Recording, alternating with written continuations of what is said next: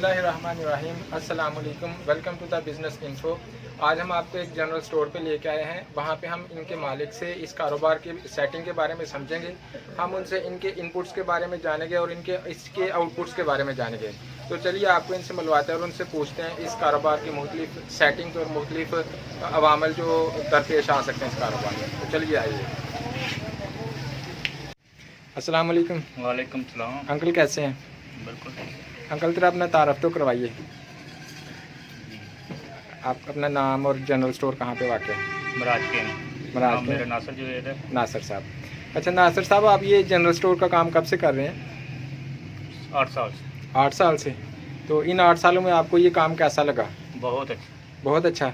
इसमें कितना कोई आपको जब स्टार्ट किया था तो कितना खर्चा आ गया था आपका? तकरीबन 10 लाख। 10 लाख से स्टार्ट किया था। तो आपको माहाना इससे कितने के पैसे बच जाते हैं? अच्छा रोज़गार बन जाता है। अच्छा रोज़गार बन जाता है। ठीक है। यानी अगर कोई बंदा शुरू करना चाहे तो उसने साफ ज़रा इन चीज़ों का ध्यान रखना होता है कि मुझे मंथली कितने पैसे बच जाएंगे। कम अज़ कम एक बंदे को मंथली या सालाना कितने पैसे बच जाते हैं इसमें से? 30-35 हज़ार रुपया मंथली। और सालाना तो उसके साथ मल्टीप्लाई कर लें। यानी ईद वगैरह की सीजन्स के की वजह से इसके कोई इफेक्ट नहीं पड़ता सालाना प्रॉफिट पे? पड़ता है ना। तो उस हिसाब से मैं पूछ रहा हूँ कि सालाना इस पर कितना बचत आ जाती है? 10 लाख से 10 लाख में बन जाएगा तकरीबन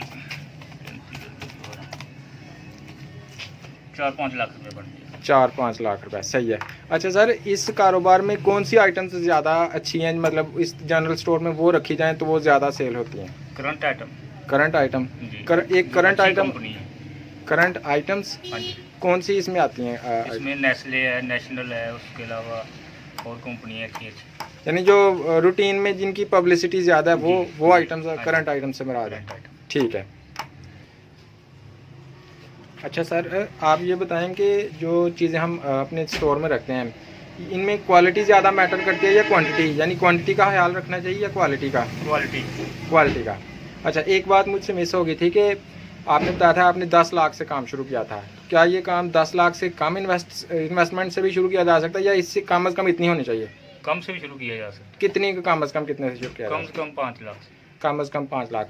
और जनरल स्टोर बनाते वक्त हमें इसकी लोकेशन का ख्याल किस तरह रखना चाहिए कि किस तरह की लोकेशन में ये कारआमद रहता है? जो ज़्यादा कामयाब अड्डे है ना, हाँ। उनमें बनाना चाहिए। लोकेशन अच्छी होनी चाहिए, मेन रोड। तो अगर कोई ऐसा अड्डा हो जो इतना ज़्यादा चलता नहीं है, छोटा अड्डा है, तो वहाँ पे इसके नुकसान का खदशा है? नहीं, नुकसान कोई नहीं। नुकसान कोई नहीं है। यानी आप जहाँ पे भी बना लें आपको नुकसान का खदशा नहीं है। अच्छा, ये जो माल आपने डाला हुआ है अपनी शॉप में, तो ये आप कहाँ से खरीदते हैं? सियालकोट होलसेलर से। खुद जाते हैं लेने? खुद जानते। तो यहाँ पे कोई कंपनियाँ डिलीवरी नहीं देती हैं?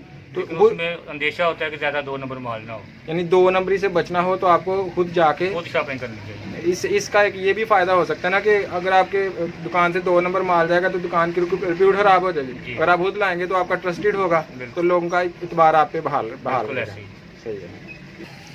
आम जो कस्टमर होता है, मतलब सादा लो आदमी होता है, उसे कैसे पता चलेगा कि ये चीज़ 2 नंबर है या 1 नंबर है? चीज़ की क्वालिटी से पता चल जाता है। जब वो यूज़ करता है तो उसको पता चल जाता है कि ये 2 नंबर चीज़ है। ठीक है। उसके अलावा 2 नंबर चीज़ से दुकानदारी भी खराब होती है। ठीक है। और ईमान के लिए भी ठीक नहीं है। ईमान के लिए ठीक नहीं है।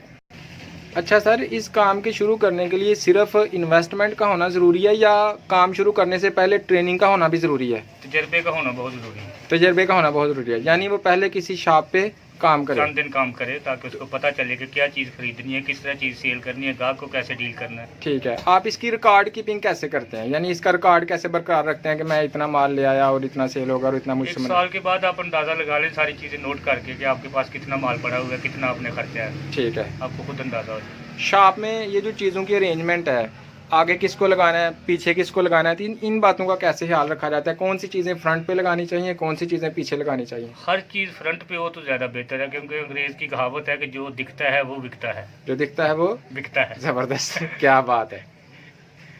अच्छा सर, मुख्तलिफ चीज़ों में मुनाफा की रेशो कितनी होती है, प्रॉफिट की शरह कितनी होती है? 5 से 10%। 5 से 10%। 5% किन चीज़ों में मुनाफा होता है और 10% किन में? जो मल्टीनेशनल कंपनी है ना, उनका 5% होता है, जो आम कंपनी उनका 10% होता है। तो मल्टीनेशनल कंपनियों का 5% मुनाफा और आम कंपनियों का। अब जो स्टोर वाला है उसे मल्टीनेशनल कंपनियां रखनी चाहिए या आम कंपनियां, या दोनों? मल्टीनेशनल भी रखनी चाहिए और आम भी रखनी चाहिए। यानी दोनों रखे, दोनों वैरायटी रखे। वैरायटी हर तरह की होनी चाहिए। ठीक है। दुकानदार को कौन सी फायदा देती है? दुकानदार को तो लोकल ज़्यादा फायदा देती है, लोकल ज़्यादा फायदा, लेकिन उससे म्यार खराब होता है, उससे रिप्यूट खराब हो जाती है। ठीक सर, आखिरी बात के तौर पे मैं आपसे ये पूछना चाहूँगा कि आप कोई ये कारोबार शुरू करने वालों को कोई ऐसी बात बता दें जो सदका जारिया बन जाए, यानी आप क्या कहना चाहेंगे इस सारी गुफ्तगू को सम अप करते हुए कि ये काम करना चाहिए या नहीं करना चाहिए? कारोबार कोई भी कर लो, अल्लाह ताला उसमें बहुत बरकत डालता है। ठीक है, यानी कारोबार में बरकत है, आपको स्टेप लेना चाहिए, लेकिन उससे पहले ट्रेनिंग लेनी चाहिए, ट्रेनिंग लेनी चाहिए और मेहनत करनी चाहिए। मेहनत करनी चाहिए। ज़बरदस्त, बहुत शुक्रिया अंकल, थैंक यू। आज हमने बिजनेस इन्फो में आपको जनरल स्टोर का बिजनेस आइडिया दिया है, उम्मीद है आपको पसंद आया होगा।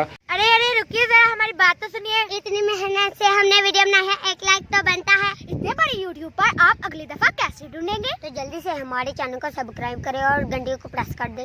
डरिए मत, ऐसा करना बिल्कुल फ्री है, आपका कोई पैसा नहीं लगेगा। खुदा हाफिज, बाय बाय।